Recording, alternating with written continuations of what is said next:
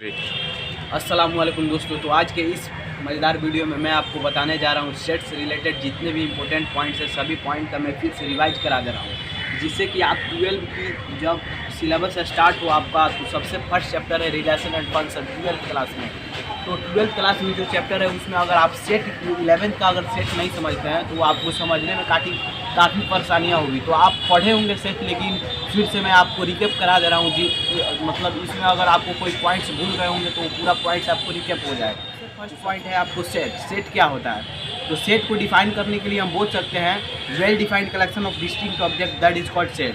कहने का मतलब यह है कि अगर मैं आपसे बोल दूं कि आप अपने मतलब चैप्टर के जो चैप्टर है मतलब सेट चैप्टर है, आप अगर उस चैप्टर का बोल दें कि पूरा क्वेश्चन का चार्ट बनाने के लिए, तो आप जो चार्ट बनाएंगे और दुनिया का मतलब 5 विद्यार्थी को और बोल दिए बनाने के लिए, तो कोई भी उसका चार्ट बनाएगा तो उसका चार्ट सबका सेम ही ना होगा। आप उसका मतलब आपके चैप्टर में अगर 5 क्वेश्चन है 1.1 में, तो कोई भी दुनिया का कोई भी इंसान बनाएगा तो 5 ही क्वेश्चन बनाएगा। तो वो क्या है, well defined collection of distinct object, माने जो उसका रिजल्टेंट वैल्यू है वो आप बनाए या कोई दूसरा बनाए या तीसरा बनाए या चौथा बनाए, सबका रिजल्टेंट वैल्यू सेम होगा, उसी को सेट बोलते हैं। अब आपको समझना है कि सेट का प्रकार कितना होता है, टाइप्स ऑफ सेट कितना होता है। तो टाइप्स ऑफ सेट एक होता है फाइनाइट सेट और दूसरा होता है इनफाइनाइट सेट। फाइनाइट सेट का मतलब ये होता है कि number of elements in any set are finite, that is called finite set. अब अगर कोई सेट दिया हो और उसका एलिमेंट्स क्या हो, फाइनाइट हो, निश्चित हो, तो उसको हम फाइनाइट सेट बोलते हैं। और इनफाइनाइट सेट किसे बोलते हैं, जिसमें क्या हो, तो नंबर ऑफ एलिमेंट्स इनफाइनाइट हो, अनिश्चित हो, तो उसको हम इनफाइनाइट सेट बोलते हैं। अब कहने का मतलब ये रहा कि आपको रिप्रेजेंटेशन ऑफ सेट देखना है, मतलब सेट का निरूपण कैसे करते हैं। तो सबसे पहले आप अगर सेट का निरूपण देखना चाहते हैं तो सेट का निरूपण 3 प्रकार से होता है। एक होता है आपको रोस्टर या टेबुलर फॉर्म, दूसरा होता है आपको प्रॉपर्टी या सेट बिल्डर फॉर्म, और तीसरा होता है आपको विजुअल फॉर्म।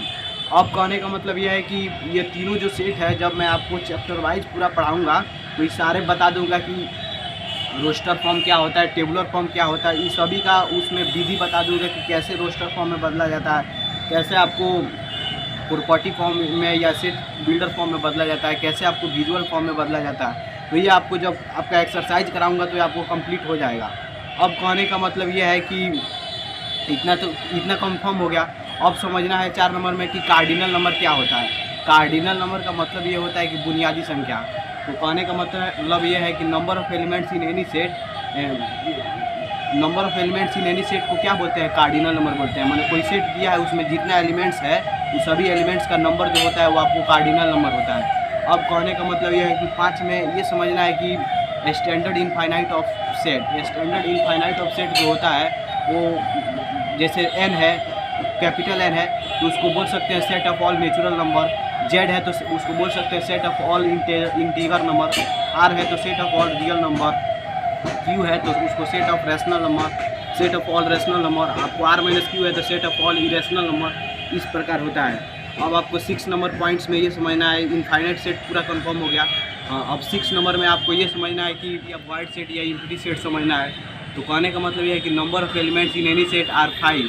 मैंने कहने का मतलब ये है कि कोई भी सेट दिया हो और उसमें एलिमेंट्स जो नंबर ऑफ एलिमेंट्स हैं वो 0 हो तो आपको नल सेट या इम्प्टी सेट या वाइड सेट बोलते हैं। और 7 नंबर में ये है आपको कि सिंगल्टन सेट क्या होता है। तो नंबर ऑफ एलिमेंट्स अगर किसी सेट में 1 है तो उसको हम सिंगल्टन सेट बोलते हैं। आपको समझना है कि इक्वल सेट और इक्विवेलेंट सेट क्या होता है। तो कहने का मतलब यह है कि 2 सेट दिया रहे और उसमें का टोटल एलिमेंट्स सेम जैसा है फर्स्ट सेट में, वैसा ही अगर सेम सेट दूसरा वाला सेट में है तो उसको बोलते हैं इक्वल सेट। और इक्विवेलेंट सेट उसे बोलते हैं कि जिसमें खाली नंबर ऑफ एलिमेंट्स बराबर हो। जैसे सेट ए है उसमें एलिमेंट्स 2 हैं, नंबर ऑफ एलिमेंट्स 2 हैं, और सेट बी है उसमें भी नंबर ऑफ एलिमेंट्स 2 है। तो ये दोनों सेट क्या हो गए, एक दूसरे के इक्विवेलेंट हो गया। और इक्वल का मतलब ये होता है कि जो एलिमेंट्स उसमें फर्स्ट वाले सेट में है वही एलिमेंट सेकेंड वाले में भी होना चाहिए। अब आप लोगों को समझना है कि इंटरवल क्या होता है। इंटरवल का मतलब ये होता है कि इंटरवल तो 2 टाइप्स का होता है, पहले इसका पूरा समझ जाइए। तो एक होता है ओपन इंटरवल और दूसरा होता है क्लोज इंटरवल। ओपन इंटरवल का मतलब ये होता है कि जिसमें स्टार्टिंग पॉइंट और एंडिंग पॉइंट नॉट इंक्लूडेड हो तो उसको हम ओपन इंटरवल बोलते हैं। और क्लोज इंटरवल का मतलब ये होता है कि जिसमें स्टार्टिंग पॉइंट और एंडिंग पॉइंट इंक्लूडेड हो उसको हम इंटरवल बोलते हैं। अब आप लोगों को समझना है कि सब सेट क्या होता है। सब सेट का मतलब होता है उप समुच्चय। हाँ, उप समुच्चय क्या होता है। तो किसी भी ओरिजिनल सेट के एलिमेंट्स का यूज़ करके हम बहुत सारे सेट तैयार करते हैं। तो जितनी भी हम बहुत सारे सेट तैयार करते हैं वो सभी सेट ओरिजिनल सेट का सबसेट कहलाता है। इसी को हम सबसेट या उप समुच्चय बोलते हैं। अब आप लोग को ये समझना है कि सबसेट हो गया। अब आप लोग को पावर सेट समझना है। पावर सेट क्या होता है? तो किसी भी ओरिजिनल सेट के एलिमेंट्स का इधर उधर यूज करके हम सबसेट बनाते हैं। और जितने भी हम सबसेट बनाते हैं अगर सभी को सामूहिक रूप से एक लहजे में अगर सजा कर लिख दें तो उसको हम बोलते हैं पावर सेट। अब आप लोग को सबसे इम्पोर्टेंट पॉइंट समझना है, जो कि यही इस मतलब जो ये वीडियो बनाया हूँ इसमें सबसे इम्पोर्टेंट जो चीज़ बोलने जा रहा हूँ वो यही है। तो इसलिए आप वीडियो में बने रहें और स्किप न करें। तो इसमें है कि ऑपरेशन ऑन सेट मतलब समुच्चय पर संक्रियाएँ। तो ऑपरेशन ऑन सेट ये 5 होता है। फर्स्ट नंबर में होता है कॉम्प्लीमेंट ऑफ सेट। किसी भी सेट का अगर आपको कॉम्प्लीमेंट निकालना है तो उसके लिए सबसे पहले आपको यूनिवर्सल सेट की आवश्यकता पड़ती है। यूनिवर्सल सेट का मतलब होता है सार्वत्रिक सेट, जिसमें सभी टोटल आपको हर चीज़ मिल जाए जिससे कि आप कोई भी काम कर सकें। तो आपको ए कॉम्प्लीमेंट निकालना हो, बी कॉम्प्लीमेंट निकालना हो, मतलब किसी भी सेट का अगर कॉम्प्लीमेंट निकालना हो तो जो भी आपका सेट दिया रहेगा, जो भी एलिमेंट्स दिया रहेगा, वो अगर यूनिवर्सल सेट में से इन सभी एलिमेंट्स को क्रॉस कर देंगे, माइनस कर देंगे, घटा देंगे और जो हमारा रिजल्टेंट मान जो बच जाएगा उसको हम क्या बोलेंगे? जिसका मतलब कॉम्प्लीमेंट निकाल रहे हैं उसका कॉम्प्लीमेंट बोलेंगे। ए का निकाल रहे हैं तो ए कॉम्प्लीमेंट, बी का निकाल रहे हैं तो बी कॉम्प्लीमेंट। ऐसे होता है कॉम्प्लीमेंट ऑफ सेट ऐसे निकलता है।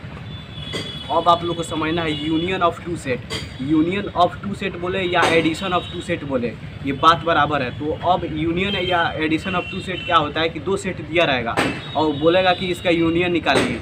यूनियन मतलब इसको जोड़िए, दोनों सेट को जोड़िए। जोड़ने का तरीका ये होता है कि सेट ए और सेट बी दोनों का बिना रिपीटेशन किए हुए सभी दोनों सेट के एलिमेंट्स को अगर एक रूप मतलब सामूहिक रूप मझौला कोष्ठ में सभी को सजा कर एक लहजे में लिख देते हैं तो उसको हम बोलते हैं यूनियन ऑफ टू सेट। अब आप लोग को समझना है इंटरसेक्शन ऑफ टू सेट।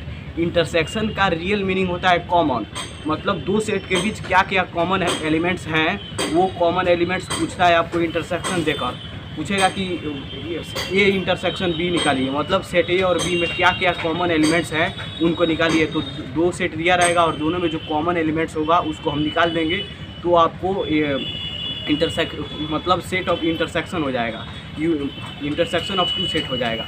अब आप लोगों को समझना है कि डिफरेंस ऑफ टू सेट, मैंने 2 सेट दे दिया रहेगा और बोलेगा कि दोनों सेट का डिफरेंस निकालिए, घटाइए। तो इसका निकालने का तरीका ये होता है कि सेट ए दिया रहेगा, सेट बी दिया रहेगा, तो दोनों सेट में देखेंगे कि इंटरसेक्शन माने दोनों में कॉमन एलिमेंट्स क्या हैं। जो कॉमन एलिमेंट्स होंगे तो फर्स्ट वाले में पहले में से कॉमन एलिमेंट्स सब हटा देंगे और सेकेंड में का कॉमन एलिमेंट्स हटा देंगे। अब सेट ए में जो बचेगा उसको ए माइनस बी बोलेंगे और सेट बी में जो बचेगा उसको बी माइनस ए बोलेंगे। अब आपको लास्ट टॉपिक समझना है symmetric difference of two set. Symmetric difference of two set आपको निकालना होगा। तो यही डिफरेंस ऑफ टू सेट जो निकाले हैं ए माइनस बी और बी माइनस ए, तो ए माइनस बी और बी माइनस ए को जब हम आपस में इंक्लूड कर देते हैं, जोड़ देते हैं, कनेक्ट कर देते हैं तो उसको हम symmetric difference of two set बोलते हैं। तो हम आपसे उम्मीद करते हैं कि आपको ये वीडियो समझ में आ गया होगा। और देखिए, कहने का मतलब ये है कि इस वीडियो में हम केवल आपको कंसेप्ट समझाए हैं, मतलब उसको रिवाइज कराए हैं। अगर पूरा टोटल अगर समझाने लगे तो 2 घंटा का टाइम लग सकता है। तो आप हमारे चैनल को सब्सक्राइब करें, लाइक करें और वैसे दुलार प्यार बना रहे और फिर आगे वीडियो लाएंगे। जय हिंद।